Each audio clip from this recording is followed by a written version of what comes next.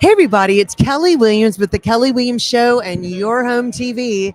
And we are live right here in Las Vegas on Radio Row for Super Bowl week. Okay, look who I've got right now. The amazing SP winner, Coach Rob Mendez. Hey, Rob. How you doing, Kelly? How are you doing? I'm doing well. I immediately noticed your 49er glasses, so I appreciate that. They're not KC red, they're 49ers red. Well, and I was just going to say, I'll leave this question till later, but I'm going to move it to now. Do you have a pick for the Super Bowl? I think everybody would probably know my pick. I'm gonna say it's a prediction of a good defensive game, but I think the Niners can pull it out. My prediction would be around 20-14. Okay, so you're giving the other team a chance. Oh yeah, you got to. I mean, these are two teams that are great. Anytime you make it to the Super Bowl, you're gonna have great talent. And I just think that Pat Mahomes, like everybody says, don't bet against Pat Mahomes. But here's what it comes down to me, and from my experience as a coach, a lot of the times when you have two great teams battling each other, it comes down to hunger. Who wants it more? Absolutely. And who won in 2020? Right before the pandemic, I was in Miami right there when Jimmy Garoppolo missed Emmanuel Sanders in the end zone in the fourth quarter, and we lost it. Yes. So who's hungry this year? I don't know. I think the 49ers are pretty hungry. That's right. So I'm gonna go off that. Yeah. Okay, Rob, so how long have you been a football person? Because you are very talented in it. I've been coaching I just finished my 18th season, and I think, yeah. You look like you're 23 years old, so I'm sorry. that I appreciate that. My mom says I looked like I was 21 when I was 15 and 21 at 35. So here I am. There you go. I love it. But anyways, I've been coaching right out of high school. So I'll be 36 this year. And, oh my gosh. Amazing. Yeah. My first job when I was 18 years old. Wow.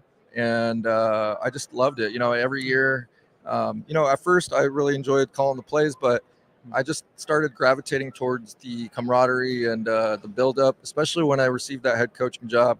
It was such a great experience to see the kids in the beginning be competitive. They were really, I wouldn't let them talk mean to them, but I appreciate their competitiveness. And then they all came together right before the season started. And that's wonderful. Yeah, I think that's one thing as a coach. That's what our job is to do, is to really get these boys and girls working together as one unit, because as everybody knows, football is a team sport. So it is a team sport. You're exactly right. What do you think has been your favorite thing about coaching football? There's a lot of things, but if I were to narrow it down, I think it's really seeing the growth in the personalities of the kids from when I first meet them in the spring or the summer. Yeah.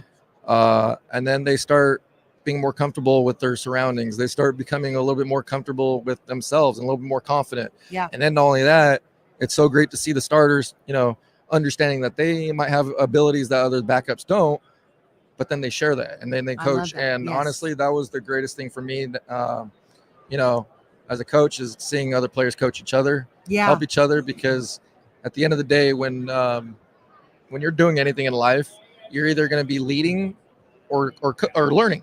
Yes. Oh, I love the way you just put that, because that's exactly right. Yeah. So you didn't say following, you said or learning. Learning or leading. And I guess it's the way you look at it. Perception, right? Yeah, exactly. I love that. So you are, of course, a huge role model for so many people, not just football players or athletes. What do you think they have been teaching you over the years that you've been coaching? Specifically, this is random. Coach LaFleur from the Green Bay Packers kind of stuck with me, and I say this as a life quote. Control the controllables. Yeah. So that's something I really take to heart. And then I think the best thing that I see, or the one thing that really kind of sinks into me, is attitude amongst these professional athletes. And then the one thing that we can always control is attitude and effort. Absolutely. And I think that whenever these athletes are showing our high school students, ungratefulness or bad attitude or just not being a good teammate. Yeah. You can use that as an example as a high school football coach or high school sport coach in general. So I really enjoy when, for example, Brock Purdy has been the most calm, cool, collected, but also Amazing. confident and humble all in one. Yeah. I don't know if you heard his press conference after the Detroit game, but he was talking about in the locker room how he was talking to Lord and, okay, Lord, this is your answer. I'm going to give your, it all in the second half, but it's your grace. Yeah. I think I love his humility, but his tenacity to really prove not only to himself, but to everybody else. I mean, let's just be honest. If Brock Purdy was flashy like Joe Burrow, he wouldn't be getting talked the same. So, and Brock, we trust. Let's go, Brock. Yeah. Hey, look, he's precious, isn't he? He's a really amazing young man. Yeah. And I love that about him. Yep. Okay, so you have a really cool thing that you do. When you design plays. Okay. Tell us a little bit about that. I usually have my phone right here in the holster, but Yeah. I got my buddy around here taking pictures of me in the background or something like that. But usually I'll just kind of use my phone right here. And I don't have my stylus today. I'm sorry, I should be more in the mic here. Yeah, I usually use a stylus and I'll draw up the plays either on my iPad or my phone. Yeah. And I'm able to connect my phone to the, what do you call it? The projector in the school. Oh my gosh. Yeah, through Apple AirPlay. Yeah, one of those some cool app. apps. Yeah, I'll figure it out if it's in front of me, but I don't know what app it is. I love it. That's amazing. That's very cool. And it's so funny sitting here visiting with you. I bet you are. I being 18 years coaching, I know you're a great coach, but I bet you're probably a little strict, but lovingly strict is what I'm taking from your personality. Where you're trying to develop these young men in a whole way, not just for the football field. Totally. I think Coach Rob Ryan was talking about in the previous interview his nonprofit, but he was using sports as a vehicle. Yeah. And, when I first started coaching, I didn't realize how big sports can be as a vehicle. There's more to it.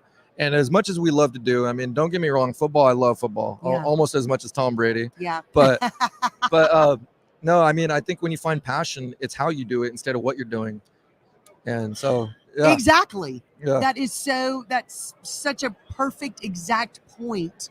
It does not matter what you do, but how you do it. Mm-hmm. And I love that.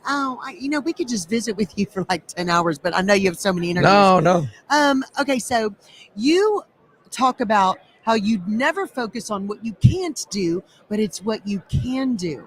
And I love that because I think too few people in this world focus on those things. It seems to be this, I can't do this. I can't do this. I can't. And there's excuses instead of looking at things as opportunities to do better things and bigger things. What do you tell people about that? I started realizing when I do my motivational speaking, I was just sharing my story, but I really didn't know what kind of exact message I wanted to give. And I think that the best thing I'm sorry, repeat that question one more time. Well, you don't ever talk about what you can't do. Oh, that's right. Okay. You talk about, see, now you're doing the Kelly where your mind's just drifting. There's so many celebrities around here. I'm getting distracted around here. Well, you're one too, and everybody's looking at you. I'm not perfect. And there's days where, I really do feel like sometimes I can't do a specific thing, but I think that ultimately God blessed me to realize what, in the big scheme of things or in the big picture, I'm able to teach, and coaching is a source of teaching. So I focused on what I was able to do growing up. And, I just wanted to coach football, and I love sports. At first, I wanted to take on a broadcasting job or a career or an analyst career, but I just love teaching and working with the kids so much that I took on coaching. And here I am now 18 years later down in San Diego, really just enjoying the vibe, the energy of the city. Truthfully, we had our ups and downs, but when you focus on what you're able to do, you really appreciate life a little bit more. I agree. And instead of being bitter for what you don't have. So I love everything you're saying. I totally agree with you. I'm just so grateful that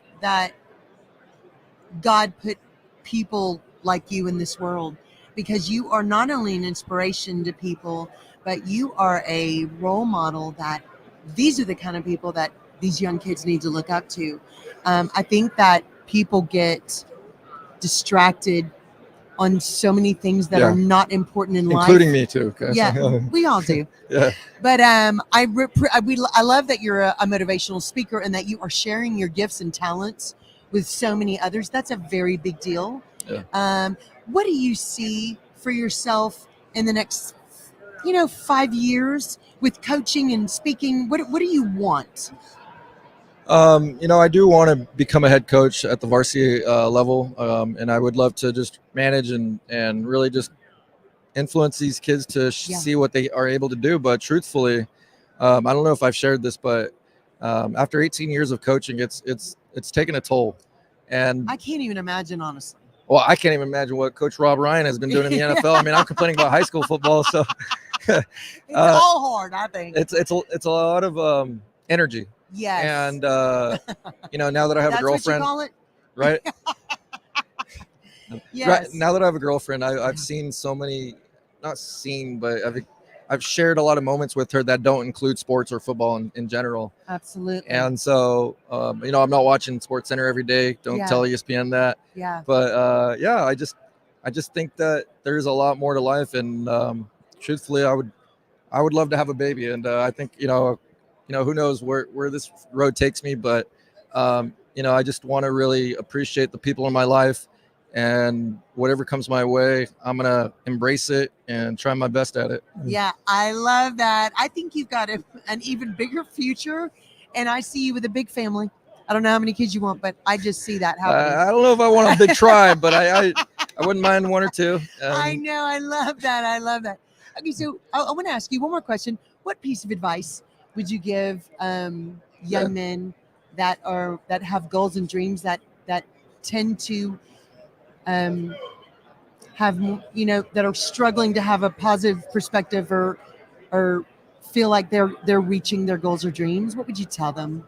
Live in the moment, appreciate the moment, have a goal and have a future planned out, Yeah. but really appreciate the present moment, because sometimes we get so overwhelmed and stressed out that we're not really embracing what is happening right in front of us in this present moment right now. And truthfully, the last 4 years I've been here at Radio Row, and I think this is the one Radio Row where I can just kind of, I don't know, take a deep breath and really not be nervous, and just really appreciate this moment right here with you, with Chelsea over here.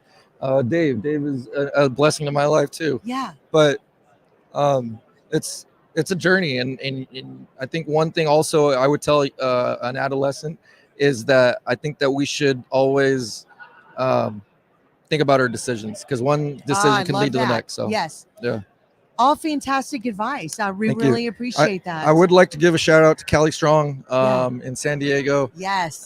They've been bringing me here for the last couple of years. They're a sports brand based in downtown San Diego and Seaport Village. Yeah. I got Cali Strong right there saying hi. Awesome. But I'm just really grateful for them bringing me out, letting me meet you, and I love meeting people. So let's keep it rocking. Yeah. Well, we are thrilled that we got to visit with you in person. I cannot even tell you. Very excited for you, very proud of you and everything that you've accomplished, and can't wait to watch what else.